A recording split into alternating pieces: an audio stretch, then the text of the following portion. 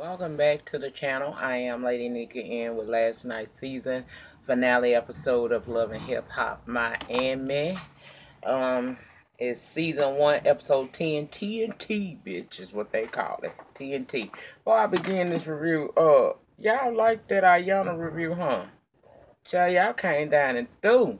And I want to thank you, honey. I just had it on my spirit. It's still on my spirit today. But, because I'm steady watching videos people are sending me, to catch up on the story of this girl. So I want to tell y'all that I appreciate the fact that each and every last one of y'all that came down was supportive. There was no arguing in the comments. We acted like adults, which I know my love things always do that down there. It's just the few that come in and may not quite know how we run the household that may try us, but yesterday was a total success, and because it was so much overwhelming support to me in doing the review, I have made the decision that I will go ahead and begin to do the reviews for Iana Fix My Life.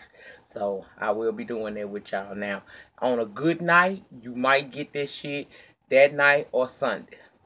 If you don't see it by Sunday, it's going to come with Real Housewives of Atlanta, and I'm always trying to make sure that I get Real Housewives out on Monday morning, so that everybody done had a chance to watch the show, and I can get in here and say what I gotta say. So I guess by popular demand, y'all got. Yeah, I'll review Iana this season, child. We're gonna try to fuck with Iana this season. Besides, I'm here for anything that helps people, and I find out her show really is geared toward helping people better themselves. So it to me, that's a worthy show to review. Plus, it's better than these other shows that I'm currently reviewing. They really don't have no rhyme and no reason. This show will give me a little reason, and I can go deep, and we can talk about it. So y'all got it. I'm gonna be reviewing just know, on a good night, bitch, you'll get it that Saturday night that it airs, or that Monday, or that Sunday morning. On a good night. That mean a good night where I ain't got shit to do. I ain't out having a good time. If you don't see it by Sunday, no Monday, it's coming up on my channel.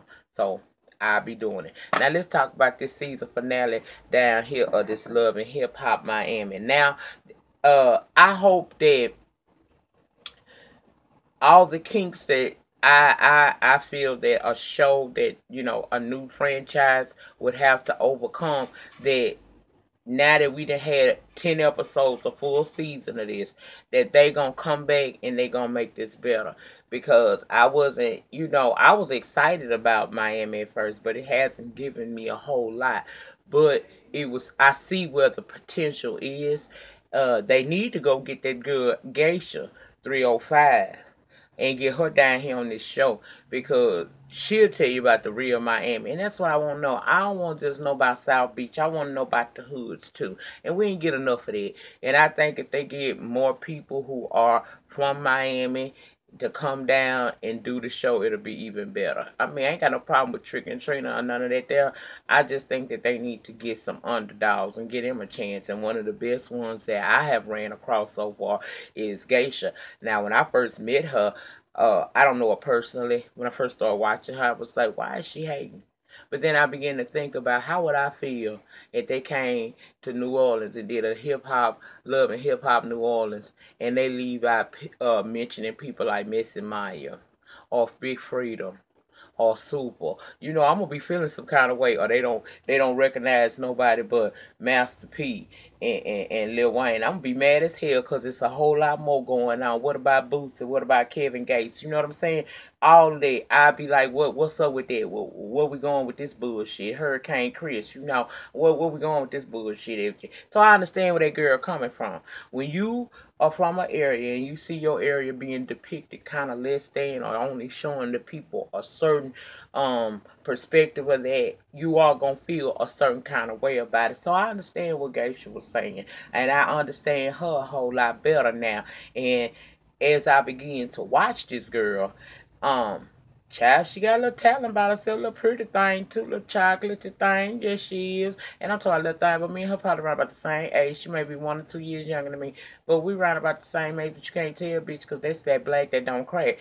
I like her, and I think they really need to consult with her. And I think that they did an injustice by not consulting with her because she was pushing this show for a long time before it came to fruition. So you just got to give a bitch they just deserves. And now that I have given full-fledged free promotion to Miss Geisha, please check her out over on her channel, Geisha #1 Fan.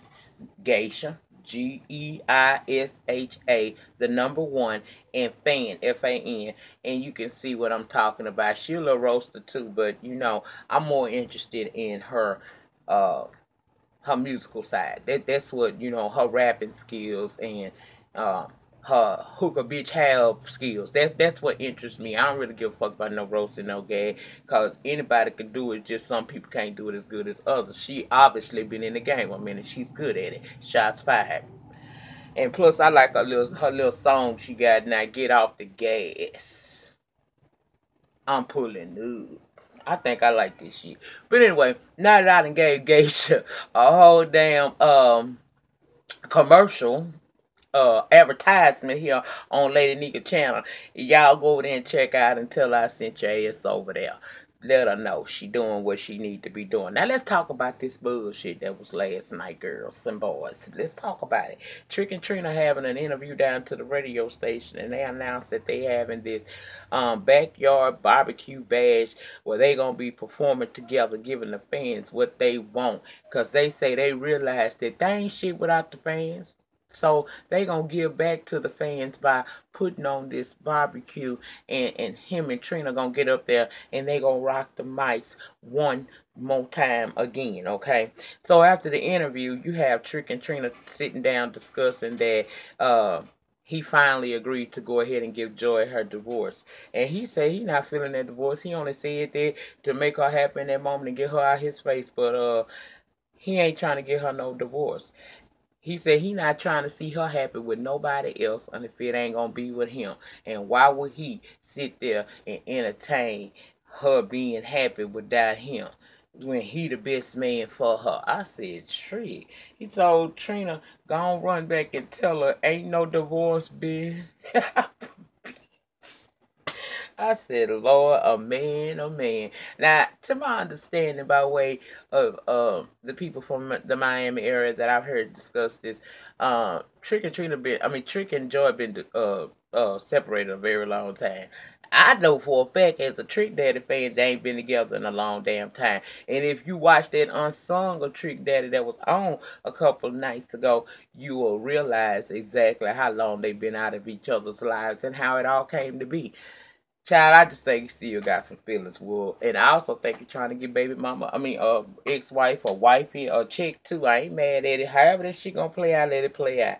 Now, Pleasure say, he been still upset that Blue went behind his back and worked with Shay. But and he ain't had no idea about it. But even though he feeling some kind of way about that, he still feel like him and his boys need to get together, and you know they need to have them a little conversation where they would be able to build their bond back with one another, because it's things like this that broke them apart in the first place. And we see them all get together. It's Slick'em, Spectacular, Baby Blue, and Pleasure P. They all standing up there talking, and they giving Slick'em a little info.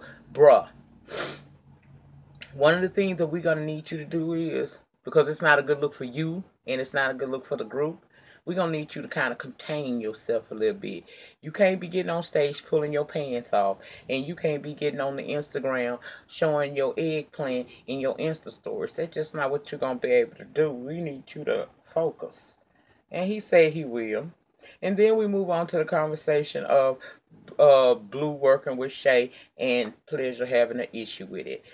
Basically, Blue said, look, man, I don't know why you keep talking about this shit. It is what it is. But, you know, I'm trying to make my money. And I'm going to make my money whether you like it or not. I'm going to make my coin, honey. I'm going to do that. That's what I'm going to do. I'm going to get my coin.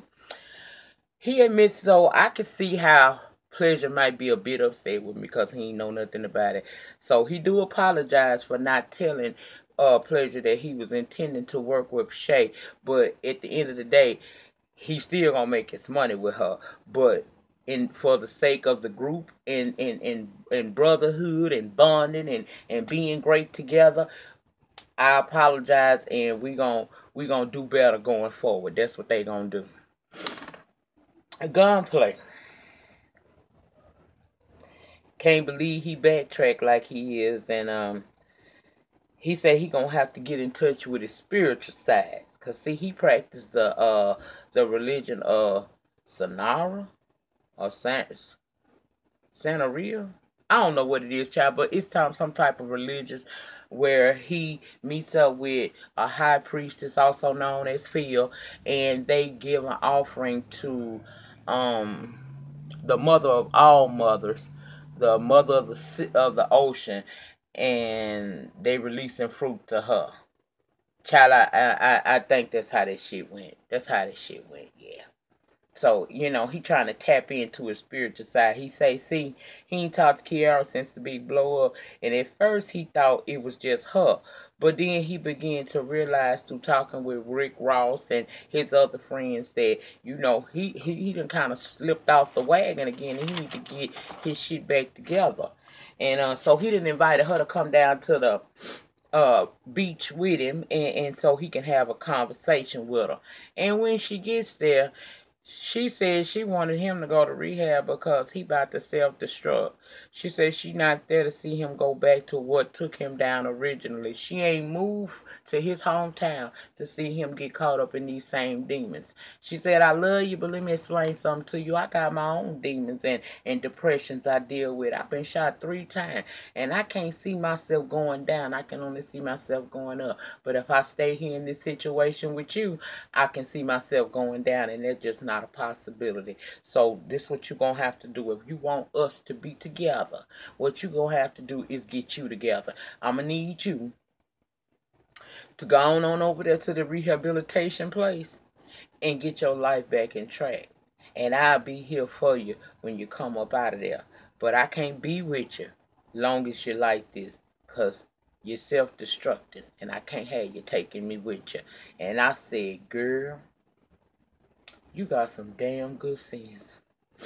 I like what she had to say. Made me look at her totally different. I said, yes, God, honey, baby. The Bible tell you self-preservation, honey.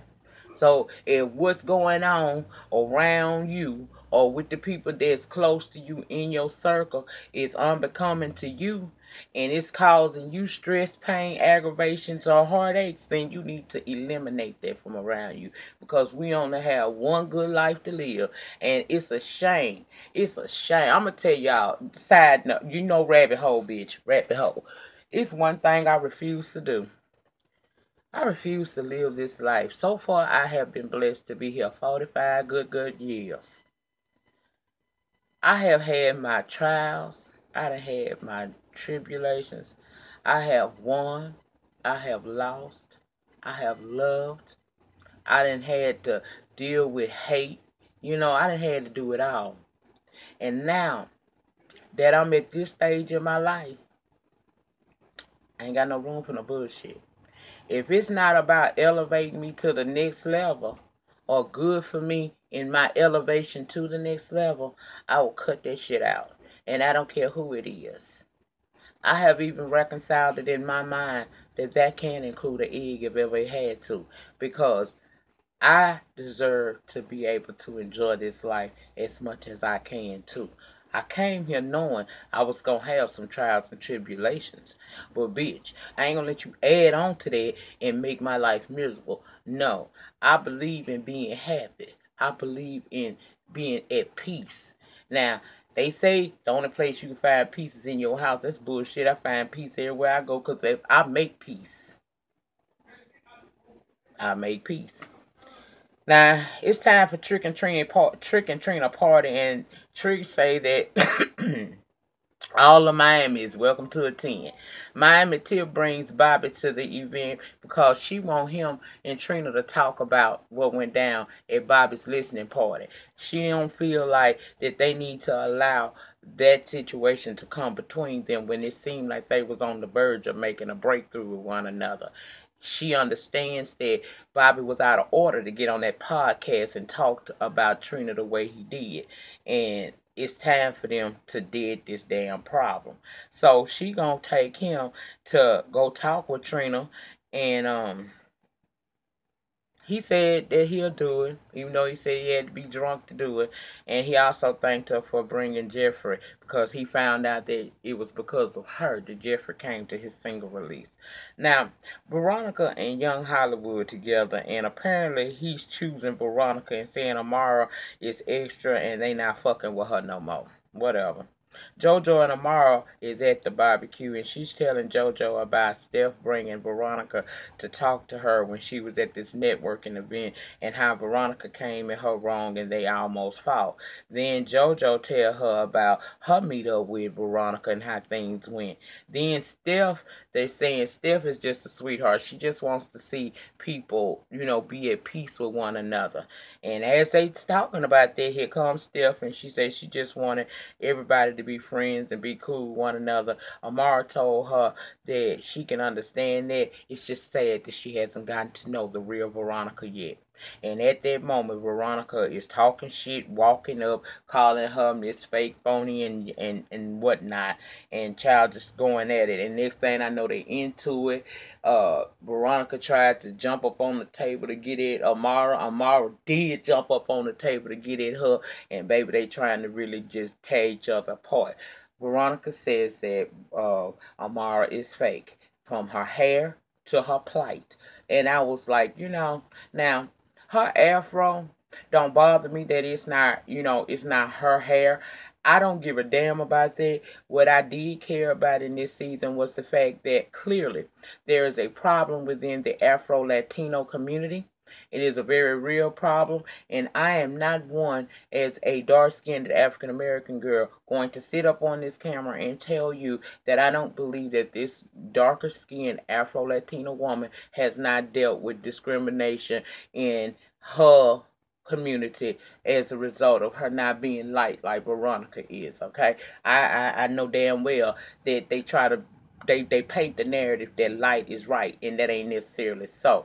So I can't say this woman ain't had issues in her life. What I do feel like a little bit is that I appreciate she brought this to the forefront, but she allowed this to be her storyline the whole season. And I don't know if that was intentional or it just turned into that, but it should not have been, because your primary thing of coming on this show was to cross over into the American market.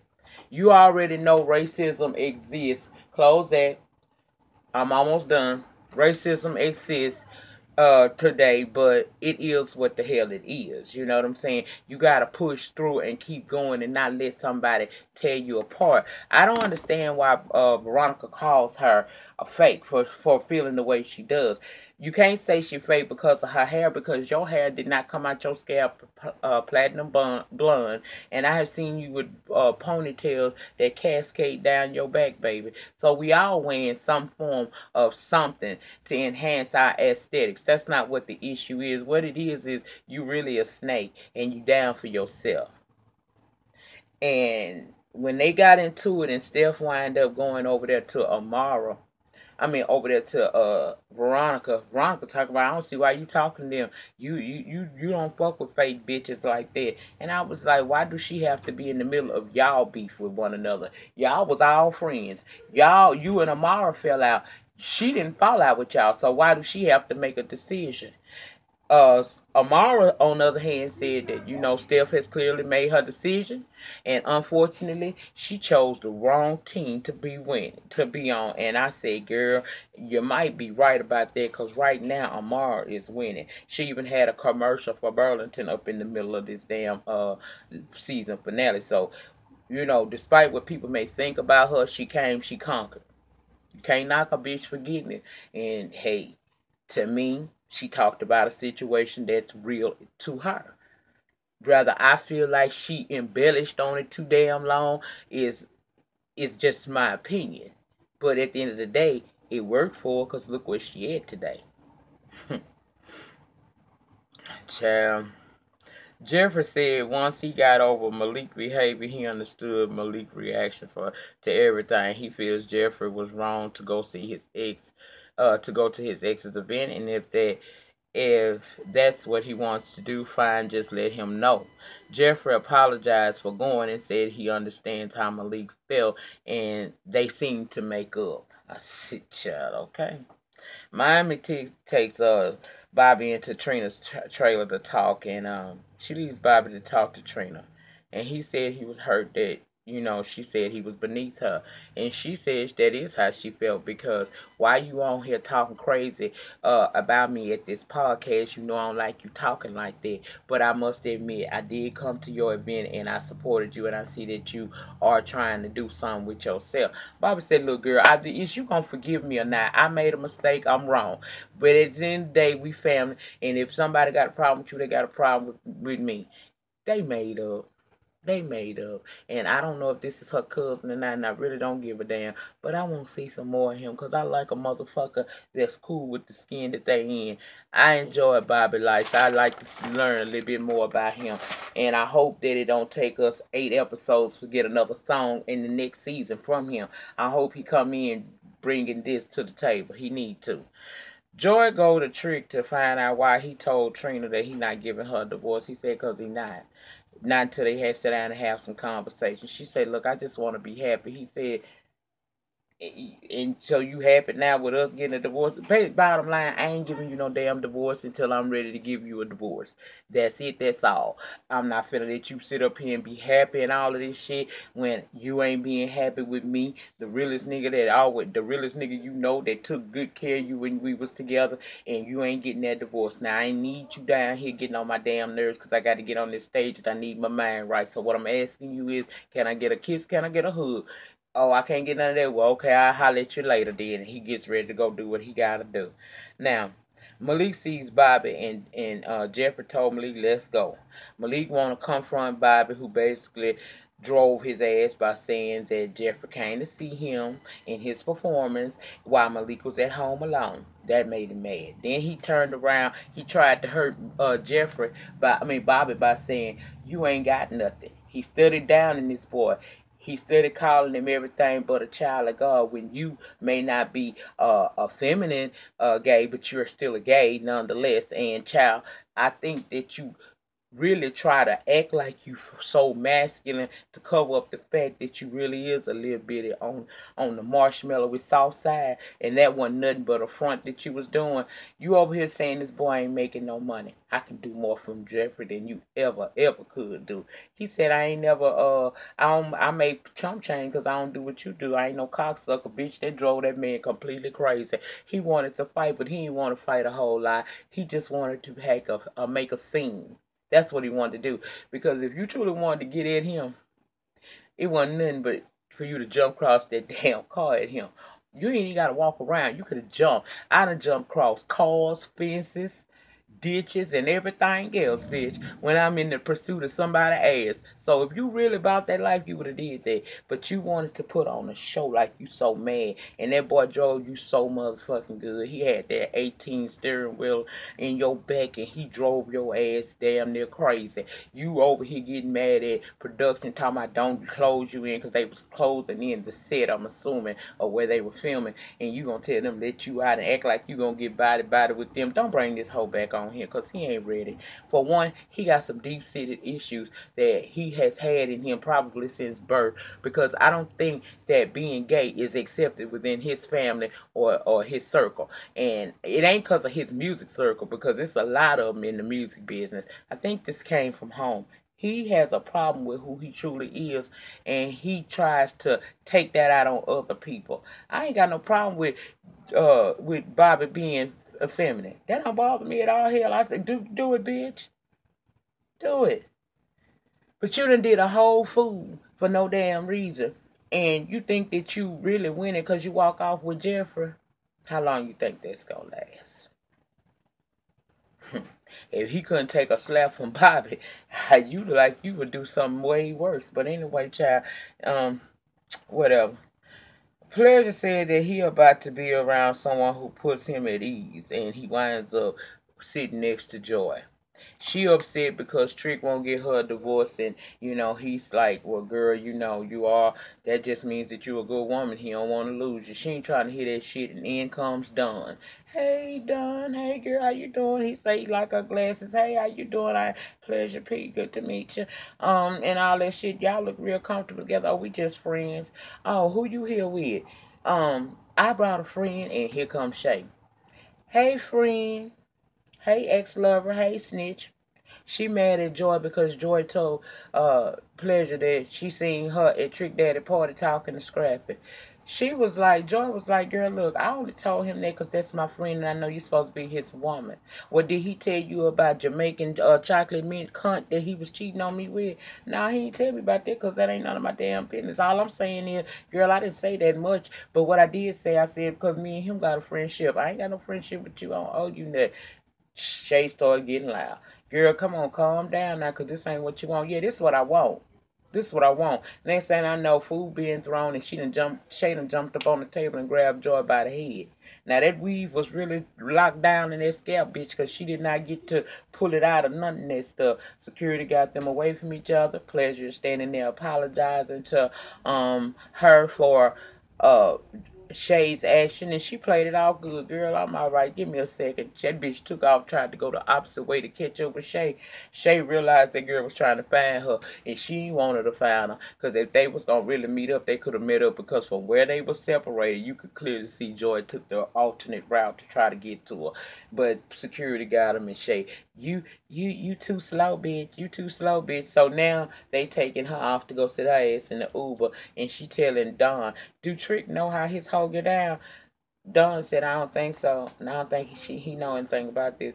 She over there implying, well, maybe he should know about how she getting down. In other words, she want Don to go be messy. Finally, Trick and Trina hit the stage. Trina says it's good to be back on stage with her partner in crime. She said that in the music business, all you need is the baddest bitch on your team. And he said he the mayor of Miami, and him and Trina is who it is, who they are, and it is what it is, and damn the haters. Joy says she can't continue to live in limbo, so she going to get her own lawyer, and we see her go talk to this lawyer, and she is going to get her divorce because she and Trick deserve to be happy. Veronica says she loved, and she is loud and unapologetic about who she is, and she has learned, if nothing else, who her real friends are.